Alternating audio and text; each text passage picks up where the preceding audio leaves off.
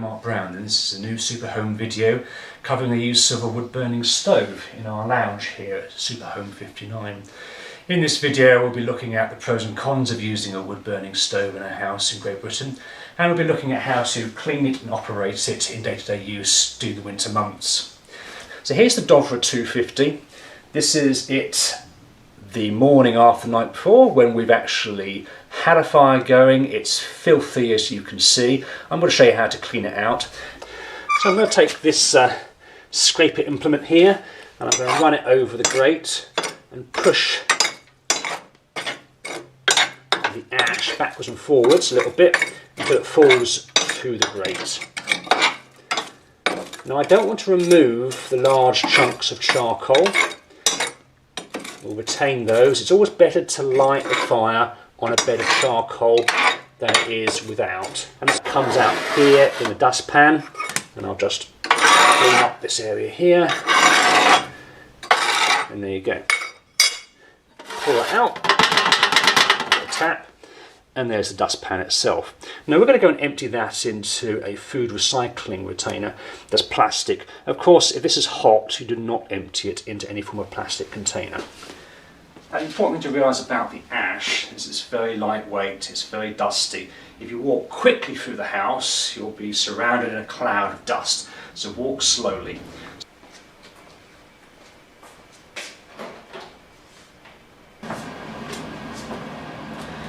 And this is the box that I'm going to use to stick the ash in.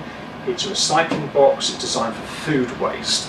You can put the ash directly onto your garden, or actually into your waste bin if required if you don't have a garden, or directly into your compost heap.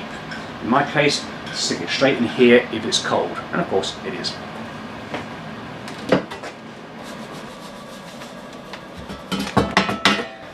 Okay, having emptied the ash safely and without getting any dust in the house, I'm now going to get some kindling.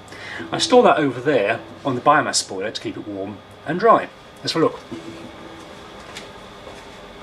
So here we are in the garage at the biomass boiler. It's currently on, which is the noise you can hear at the moment.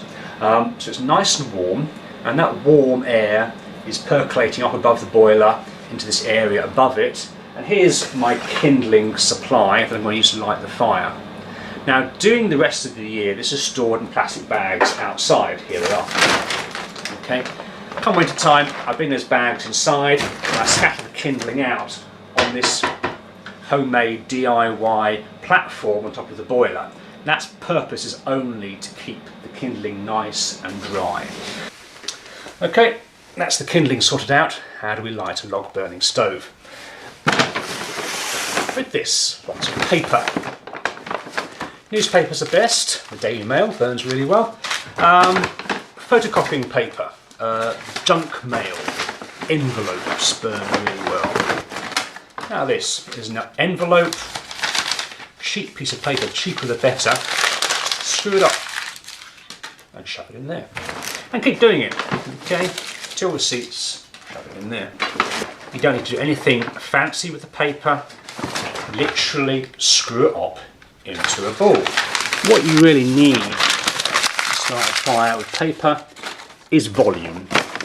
You'll be surprised at how difficult it is to light a fire with shredded newspaper. The reason being is it's quite compact with little air gaps, which is why it's important to screw the paper up to get the volume so the air can flow up through it. So there we have the paper. Let's add the kindling. Nothing complicated about this.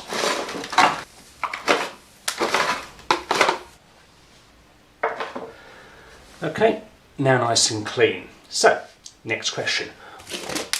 What about that empty log basket? Well, we have two of these. Here's one that's full. Move that one over here. Now the trick to this is to make sure your logs are lovely and dry. I can't stack those all above the biomass boiler like the kindling. So the secret to this is that they're stored outside, but we have a two basket system. One basket with burning and the other is just sitting by the fire for the evening. Okay, so being next to the fire, it gets nice and hot and nice and dry. So next day, this is the basket that we're burning, and this one will go outside to fill. Okay, I'll show you that next.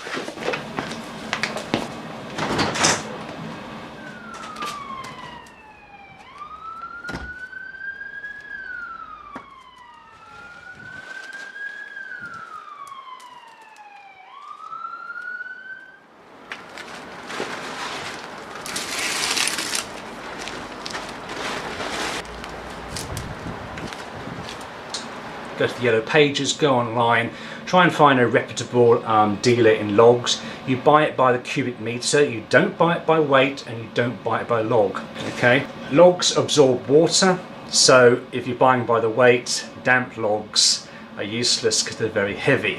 You can't burn a damp log. You do need your logs to be seasoned, as in dried out, for about a year or two. But do ensure you strike up a relationship with the dealer of logs, like a tree surgeon or a local farmer who is happy to deliver to you, and then you can stack them outside your house. When you do stack them outside your house, try and find a south-facing wall where the sunshine gets in and dries them through the summer months. Right, let's go light the fire. Before we light the fire, one word about keeping the glass clean. You can buy a proprietary cleaner like this, Stovax stove glass cleaner. It's pretty evil stuff. You wipe it on a rag, let it dissolve the tar that's built up, and then wipe it off. It ain't nice stuff. You have to use rubber gloves to apply it, and to be honest, it's horrible. Now, if you have a well-designed stove, it will allow air to flow just behind the glass inside here. If there's an airflow and plenty of heat, any build-up of smoky dusty deposits, or indeed tar or creosote, will actually dissolve, evaporate and go up the chimney. So you should be left with a clean piece of glass. So I have here something that looks a bit smoky. I'm going to use something much more simpler than the Stovax glass cleaner. I'm going to use a basic Windoline type product I use for cleaning windows. Take one piece of tissue rag,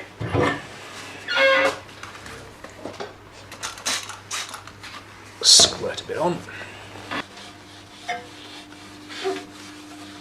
and that will get rid of most of the dirt. There you go. Right, almost ready to go. The key to lighting the fire, other than lots of lovely paper and dry kindling, is plenty of airflow. Now, depending on the model you have, you'll have various vents that you'll need to open. On my model, I have one here, and I have a secondary vent here. Once those are fully opened, and you can see here where these vents are open, then that will allow plenty of air in to start combustion. At that point, take yourself some matches. Now, we use nice long matches that are used normally to light a barbecue. The reason for that is you can get the match right into the paper to light the fire. Now play the match around the paper at the front. Again, a good long match will last a long time, so light as many pieces of paper as you can, and then throw it in there and close the door. Now at this moment we have plenty of airflow through all of these vents. Now after about a minute it will be much like this. Give it a bit longer.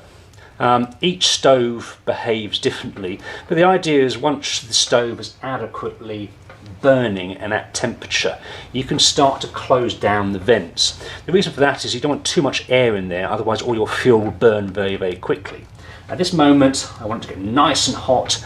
I want to see a good flame. I want to see almost a blast furnace-like effect to make sure everything's pretty hot. Now that's getting pretty hot already. What I can do pretty quickly, with my stove at least, is to start to pull out a few logs and throw them in there. Some of the smaller logs are a little bigger than kindling anyway. I'm quite used to this fire by now, so I know that after about 3 to 4 minutes it's probably okay for me to close the primary vent down. But keep watching it, okay? As your stove gets older, you might find the fit of the parts is a bit looser and it lets more air in. The result of that is that over the years your stove will burn more and more fuel. So it is worth having it maintained, and particularly the sealing strip around the door. It's been about 6 minutes now, and I'll close the secondary vent. Now it's going to be quite hot by this stage, so do use one of the implements supplied to the stove and close it down. Okay, the fire's been burning for 7 minutes now. As you can see, it's pretty much stable and self-sustaining. I don't need to do anything more to this other than keep it fueled. Okay. Now the basket you see here will last us typically 2 or 3 hours, a typical evening burn. If you want to burn it during the day when the central heating is off, then you might need a couple of baskets like this. This is a 3 kilowatt stove, just under 3 kilowatts, so the equivalent of an old electric 3-bar fire. Okay. It does, after a few hours, really effectively heat up a full half of Super Home 59. It's a large 5-bedroom house. So we have an open stairwell that's over there to my left, and all the heat goes up there and heats the bedrooms up there as well. So it's actually quite nice in that respect. The downside is that the thermostat for central heating is on the wall up there. So once this area downstairs becomes pretty hot, it shuts down the central heating. That can lead to the upstairs bedrooms and the far end of the house being quite cold.